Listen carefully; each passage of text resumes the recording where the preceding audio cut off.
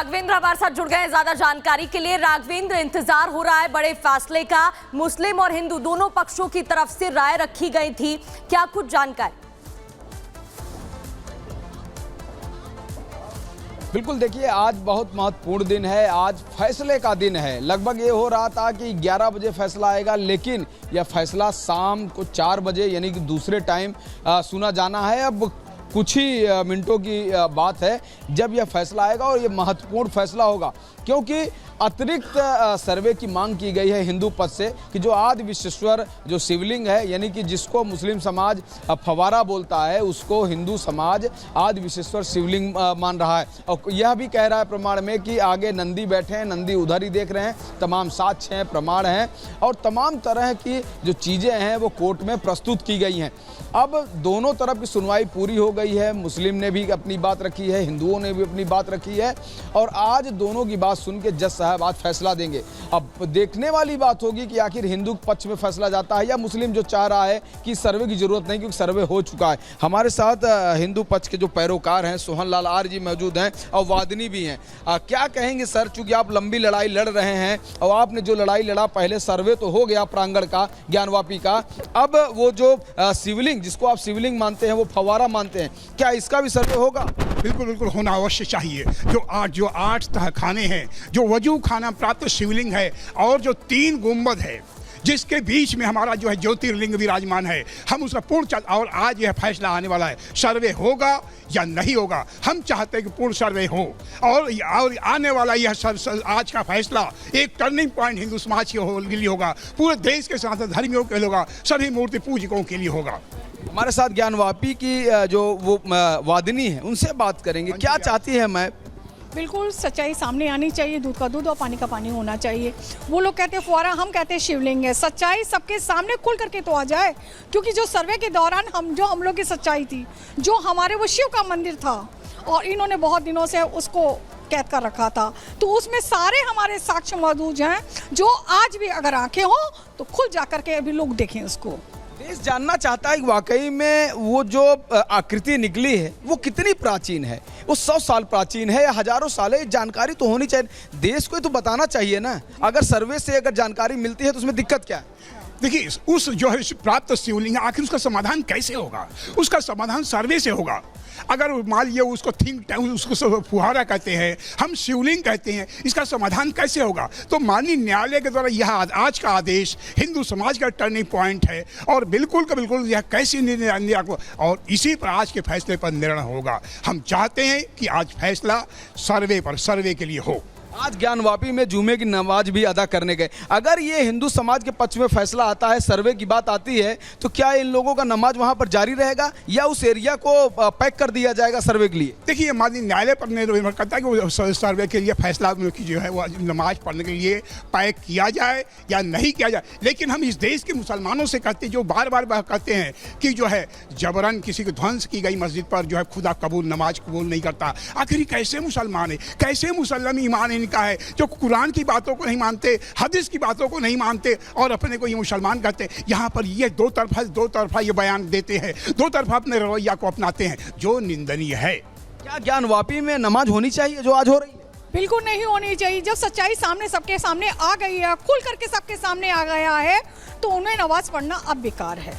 हम तो चाहते हैं कि नमाज वहाँ बंद कर देनी चाहिए। अब एक हिंदू समाज कह रहा है कि ये शिवलिंग है, क्या इसके बाद उनके मतलब इन लोगों को अपने से क्या नहीं सोचना चाहिए कि एक हम बहुसंख्यक के साथ उनको हम लगातार अपमान कर रहे हैं? देखिए, अपमान क्या कर रहे हैं? अपमान तो ये हम लोग का कर रहे हैं, हमारे धर्म के साथ कर रहे हैं, हमारे समाज के साथ कर रहे हैं, हमारे हिंदुओं के साथ कर रहे हैं। अब हम लोग को कब तक अपनी इतनी सच्चाइयों का सामना करना पड़ेगा? जब 92 दिन हम लोग का वहाँ सर्वे हुआ और सच्चाई सब खुल करके सामने आ गई और सभी को मालूम है, और मानने के बावजूद भी अगर वो जिद लगाए बैठे हैं तो वो उनकी बेवकूफ़ी है। एक दिन वहाँ मौजूद थी सर्वे में। बिल्कुल, आपने सब कुछ देखा है? बिल्कुल, अपनी सच्चाई अपने आंखों से देखा। यही तो कह रहे हैं, अगर आंखें हो तो खुद भी जा करके देखे। वो सब कुछ जान रहे हैं, फिर भी वो खामोश बैठे हुए। क्यों बैठे हैं? वो जिद लगा के बैठे हुए हैं। क्यों जिद पे अड़े हैं ये लोग?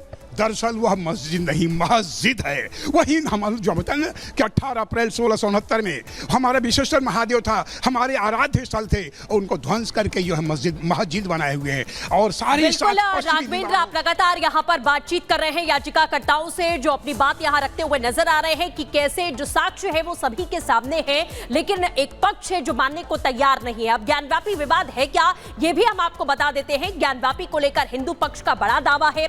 विश्वेश्वर मंदिर तोड़कर मस्जिद का निर्माण किया गया था। 1669 में औरंगजेब ने आदेश दिया था और औरंगजेब के आदेश पर मंदिर को तोड़ दिया गया था।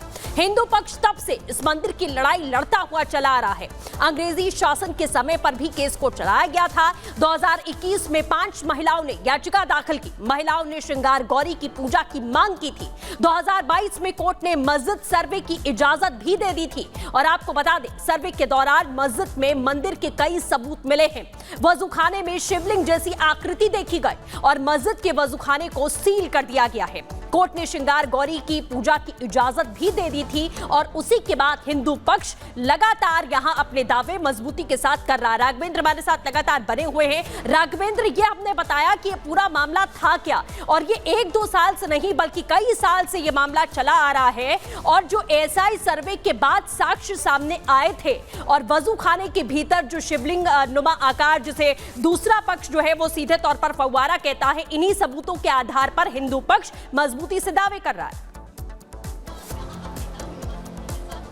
बिल्कुल, आपने सही कहा। देखिए, राम मंदिर पर जब फैसला आया था तो सर्वे रिपोर्ट ही आधार बनी थी और सर्वे रिपोर्ट के आधार पर ही जो वहां पर बाबरी विध्वंस हुआ था उसको सही माना गया। आज वहां पर भव्य राम मंदिर का निर्माण जारी है। आप देख रहे हैं कि वहां पर उद्घाटन भी हो चुका है, श्रद्धालु वहां पहुंच रहे हैं। ऐसे में यहां पर सर्वे ज्ञानवापी प्रांगण का हो चुका है, रिपोर्ट सबमिट हो गई है, लेकिन अभी उस पर सुनवाई नहीं हो रही है। इसी बनारस के डिस्ट्रिक्ट कोर्ट में फैसला अभी पेंडिंग पड़ा है। लेकिन आज जो आदि विश्वेश्वर की जो बात हिंदू समाज करता है, जो कहता है वो फव्वारा नहीं है, वो नहीं है वजूखाना, वो आदि विश्वेश्वर हैं, वो हमारे भोलेनाथ हैं, ऐसा जो हिंदू समाज का जो मानना है उस पर राघवेंद्र, आपके पास हम आते हैं, लेकिन जरा जो तहखाने में पूजा का विवाद है वो भी दर्शकों को समझा देते हैं। व्यास परिवार 1993 तक पूजा करता था, यानी कि पूजा नियमित तौर पर उससे पहले होती थी।